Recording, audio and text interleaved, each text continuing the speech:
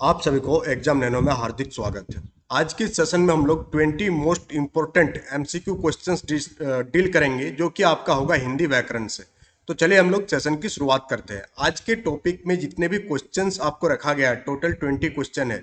ये सारे क्वेश्चन आपका क्रिया टॉपिक से, किससे? चैप्टर का नाम क्या है? क्रिया। तो इस टॉपिक को देखने के बाद क्रिया से संबंधित जितने भी डाउट है आपका वो क्लियर हो जाएगा, और साथ ही साथ डिफरेंट एग्जाम बॉडीज के द्वारा जो एग्जाम पूछा गया है इस टॉपिक से, वो सारे क्वेश्चंस यहाँ पर डाला गया है। तो सबसे पहला क्वेश्चन आपसे पूछा जा रहा है कि क्रिया का मूल रूप क्या है। क्रिया के मूल रूप को हम लोग क्या कहते हैं? तो क्रिया के मूल रूप को हम लोग कहते हैं धातु। क्या कहते हैं? धातु। तो क्वेश्चन नंबर 1 का आंसर हो जाएगा ऑप्शन नंबर डी। जितने भी प्रकार के क्रिया है या जितने भी क्रिया शब्द है, इस किससे निर्माण होती है? क्रिया शब्द का धातु से निर्माण होती है। उसका जो मूलांश है वो क्या? क्रिया का मूलांश क्या है? धातु। एग्जाम्पल के तौर पर जैसे कि यहाँ पर पढ़ना, पढ़ना क्या है? तो पढ़ना आपका एक क्रिया है। क्या है? आपका एक क्रिया है। बट ये क्रिया का निर्माण किस धातु से हुआ है? किसी न किसी धातु से हुआ होगा। तो जिस धातु से हुआ है वो क्या कहलाएगा? क्रिया का मूलांश कहलाएगा। तो इसमें हुआ आपका कौन सा धातु का इस्तेमाल? पड़ धातु। तो पड़ धातु से ही आपका जो क्रिया है उसका निर्माण हुआ है। तो पड़ क्या है आपका? पड़ धातु। और जनरली जब हम लोग धातु में ना ऐड कर देते हैं, धातु में क्या ऐड करते हैं? ना ऐड कर देते हैं। हर एक केस में नहीं, जनरली मैक्सिमम केस में। तो वो जो किस चीज का निर्माण हो जाता है? क्रिया का निर्माण होता है। किसका निर्माण होता है? क्रिया का निर्माण होता है। जैसे यहाँ पर एक धातु का एग्जाम्पल और लेते हैं हम लोग, जैसे कि यहाँ चल धातु। चल धातु में जब हम लोग ना ऐड कर दिए तो क्या बन गया? वो चलना बन गया। और चलना शब्द क्या है? चलना शब्द क्या है? एक क्रिया का उदाहरण है।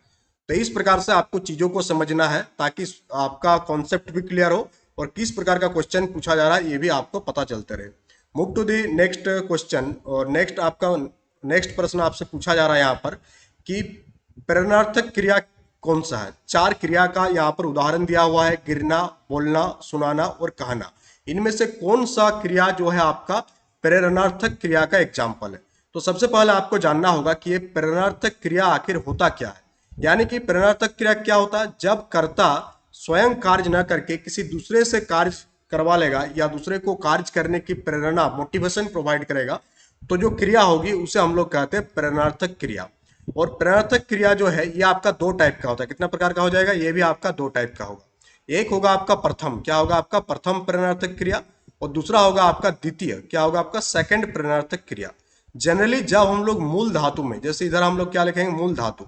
जनरली जब हम लोग मूल धातु में ना जोड़ देते, क्या जोड़ देते हैं? आपका ना जोड़ते हैं, तो जो क्रिया बनती है उसे हम लोग कहते हैं प्रेरणार्थक क्रिया। क्या बोलते हैं उसे हम लोग?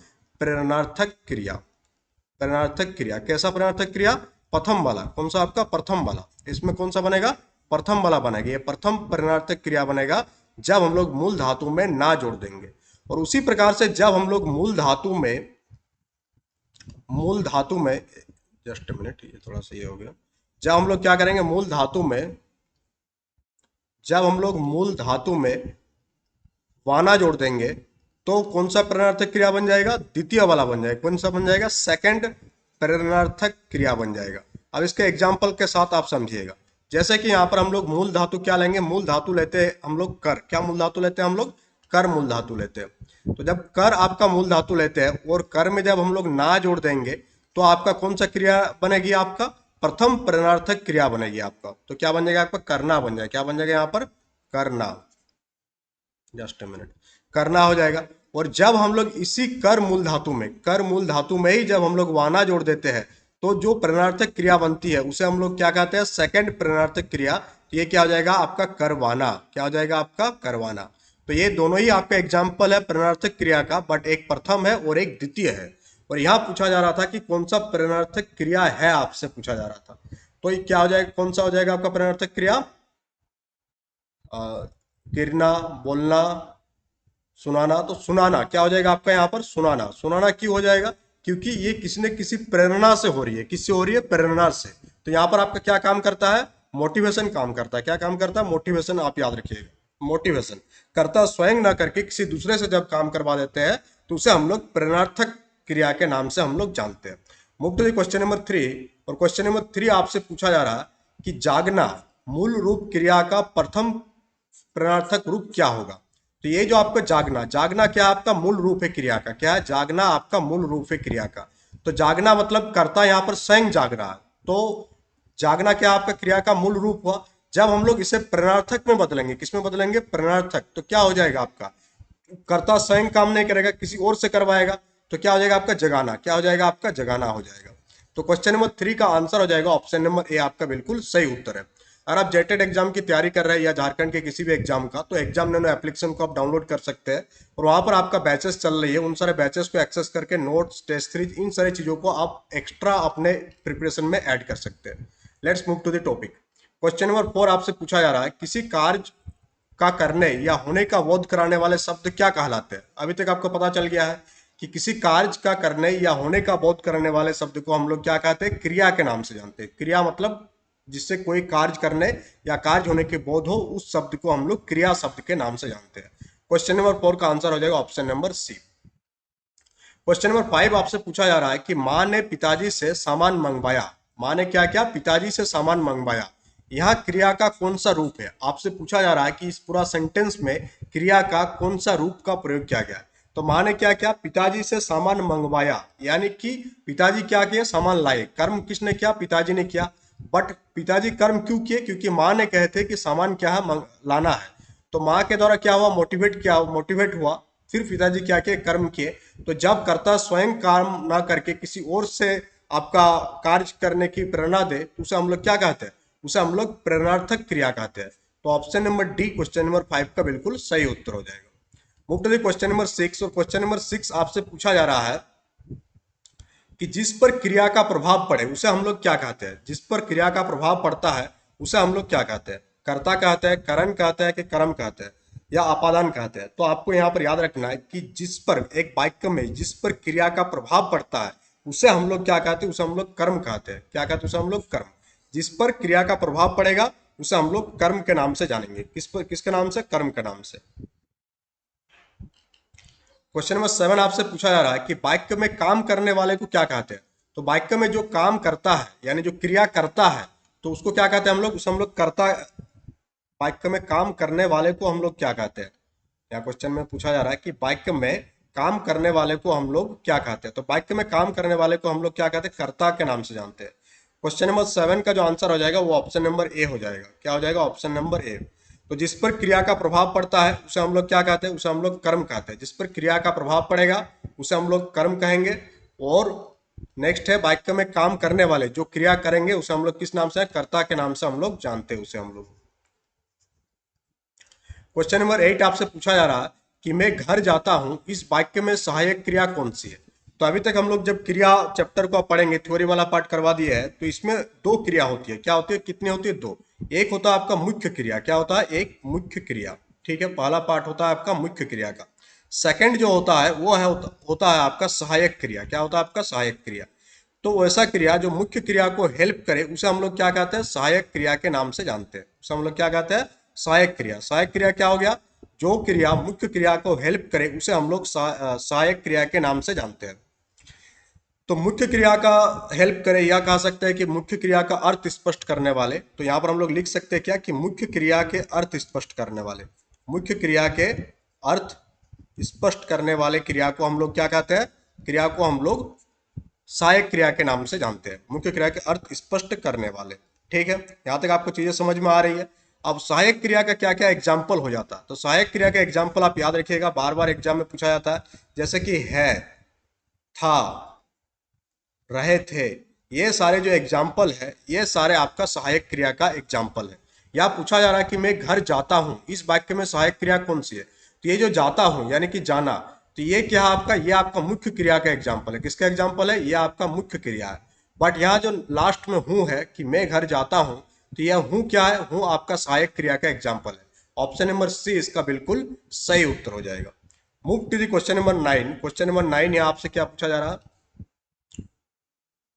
क्वेश्चन नंबर 9 पूछा जा रहा है आपसे कि जहां दो या दो से अधिक धातुओं का प्रयोग साथ साथ किया जाता है, तो उस क्रिया को हम लोग किस नाम से जानते हैं। जहां पर दो या दो से अधिक धातु का प्रयोग होगा उसे हम लोग क्या, कौन से क्रिया के नाम से जाना जाता है, ये आपसे पूछा जा रहा है। तो उसे हम लोग कहते हैं संयुक्त क्रिया। कौन सी क्रिया, संयुक्त क्रिया। तो वैसे क्रिया जहां पर दो या दो से अधिक धातुओं का इस्तेमाल होगा उसे हम लोग संयुक्त क्रिया के नाम से जानते हैं। तो क्वेश्चन नंबर 9 का आंसर ऑप्शन नंबर सी हो जाएगा। Move to the question number 10, और क्वेश्चन नंबर 10 आपसे पूछा जा रहा है कि मुख्य क्रिया के अर्थ को स्पष्ट करने वाली क्रिया को क्या कहते हैं। तो मुख्य क्रिया के अर्थ को स्पष्ट करने वाले क्रिया को अभी अभी हम लोग देखे क्या कहते हैं, सहायक क्रिया। क्या कहते हैं, सहायक क्रिया। तो यहाँ तक आपको चीजें क्लियर हो रही है, और धीरे धीरे आपको क्रिया टॉपिक पर आपको नॉलेज भी इंक्रीज हो रही है।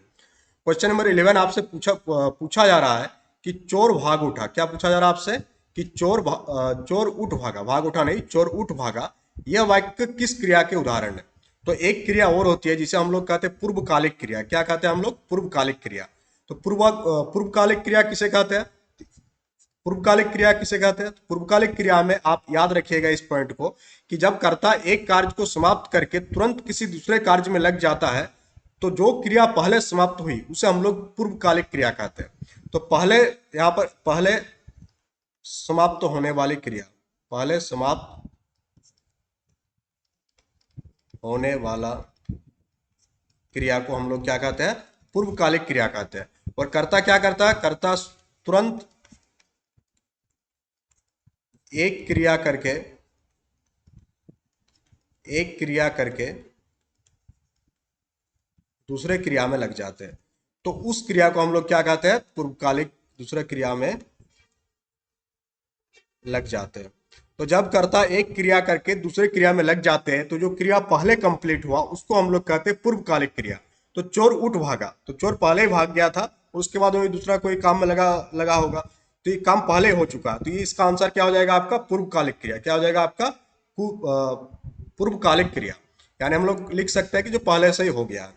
Move to the question number 12, और क्वेश्चन नंबर 12 में पूछा जा रहा है आपसे कि अब पढ़कर क्या होगा। इस वाक्य में कौन सी क्रिया, यानी कि पढ़ना का काम तो पहले हो चुका है, अब पढ़ने से क्या होगा। जैसे एग्जाम टाइम में हम लोग पूरा पढ़ने लग जाते थे जब कॉलेज वगैरह में थे, तो उस टाइम क्या होता है, बहुत टाइम सुनने को मिलता था हम लोगों को दोस्त वगैरह से कि अब पढ़कर क्या होगा, एग्जाम तब नजदीक आ गया, पहले तो पढ़ाई नहीं किए, तो अब पढ़कर क्या होगा। इस वाक्य में कौन सी क्रिया है, इस वाक्य में आपका पूर्वकालिक क्रिया का प्रयोग किया गया है। किस क्रिया का प्रयोग किया है, पूर्वकालिक क्रिया का प्रयोग किया है।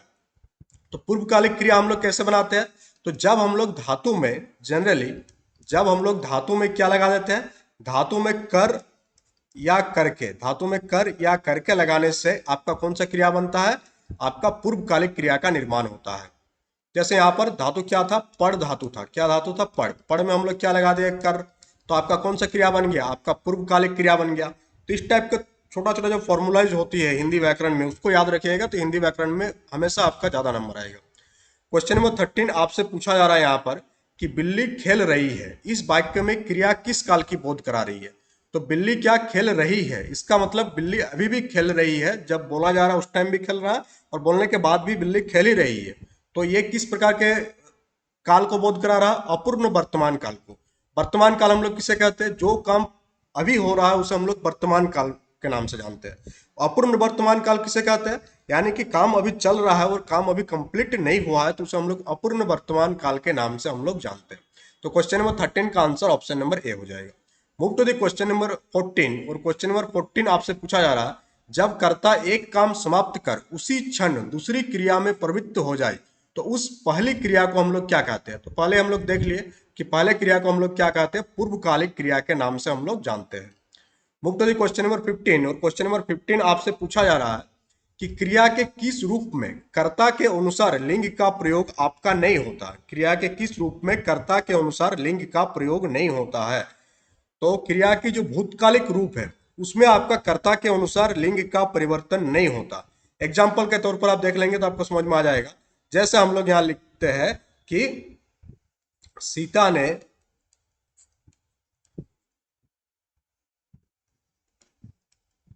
पढ़ाई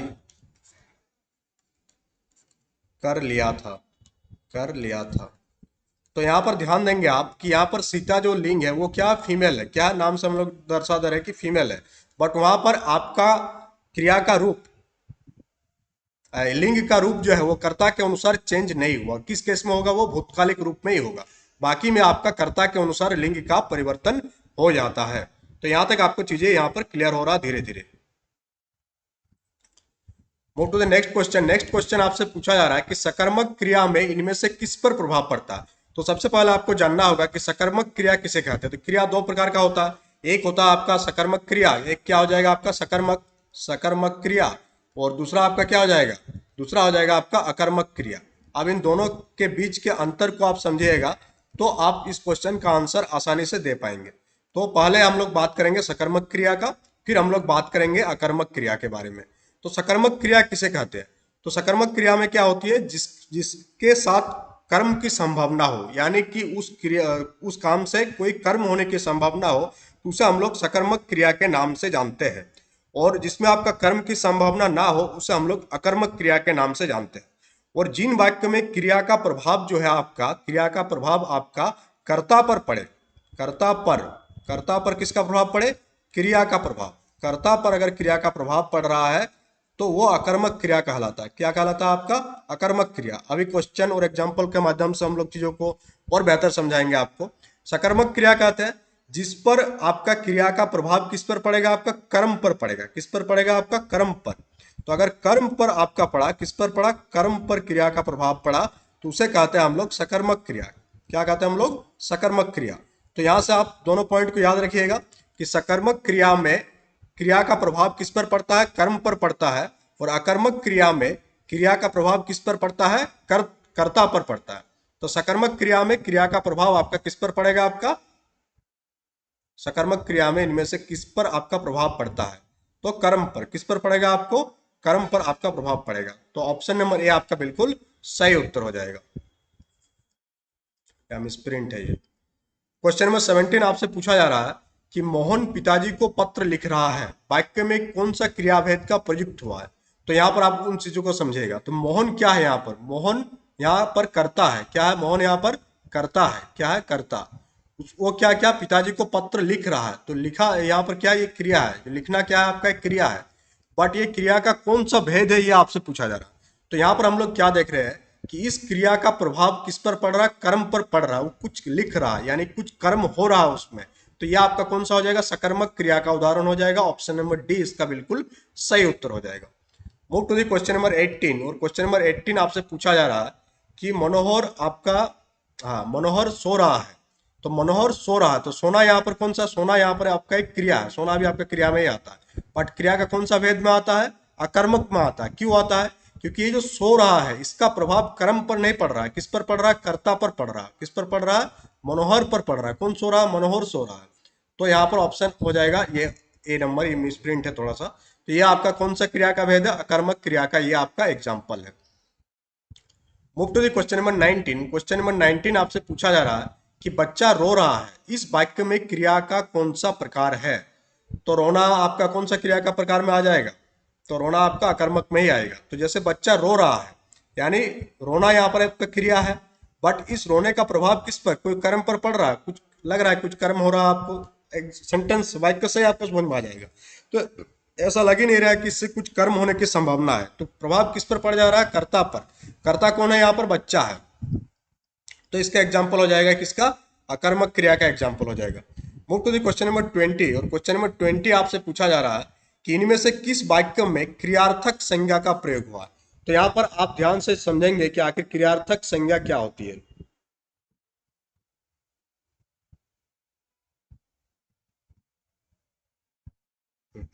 तो यहाँ पर पहले ध्यान से देखेंगे आप, तो संज्ञा का प्रयोग है आपसे पूछा जा रहा है ना।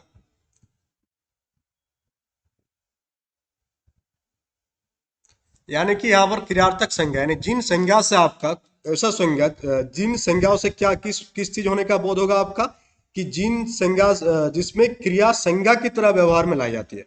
यानी क्रिया जो है, क्रियार्थक संज्ञा में क्या होगा आपका, क्रिया जो होगा वो किसके रूप में व्यवहार होगा आपका, संज्ञा के रूप में। किसके रूप में, आपका संज्ञा के रूप में। तो उसे हम लोग क्या कहते हैं, क्रियार्थक संज्ञा के नाम से हम लोग जानते हैं। तो यहाँ पर आप बहुत ही ध्यान से देखेंगे तो यहाँ पूछा जा रहा है कि कौन सा आपका किसमें क्रियार्थक संज्ञा का प्रयोग है, आपसे पूछा जा रहा।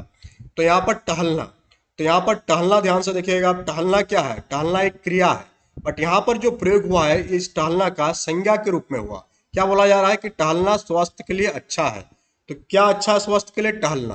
तो ये टहलना किसके रूप में प्रयोग हो गया, आपका संज्ञा के रूप में प्रयोग हुआ। तो ऑप्शन नंबर ए आपका सही उत्तर हो जाएगा कि कौन सा आपका क्रियार्थक संज्ञा वाला वाक्य है आपका। ऑप्शन नंबर ए आपका सही उत्तर है। तो इस प्रकार से टोटल 20 एमसीक्यू क्वेश्चन हम लोग डिस्कस किए, जो आपका हिंदी ग्रामर का क्रिया वाला टॉपिक से था। इसका थ्योरी वाला पार्ट हम लोग ऑलरेडी डिस्कस कर चुके हैं, उसका नोट्स भी प्रोवाइड कर दिया है। अब इसका एमसीक्यू क्वेश्चन बाकी था, वो भी करवा दिया आपको। अब इसी प्रकार से आपका सेशन कंटिन्यू रहेगा। हिंदी ग्रामर में, हिंदी और इंग्लिश में क्या बताया कि पहले आपका थ्योरी वाला पार्ट होगा, फिर उसका एमसीक्यू होगा, बस उस टाइप से टॉपिक को हम लोग लेके जाएंगे।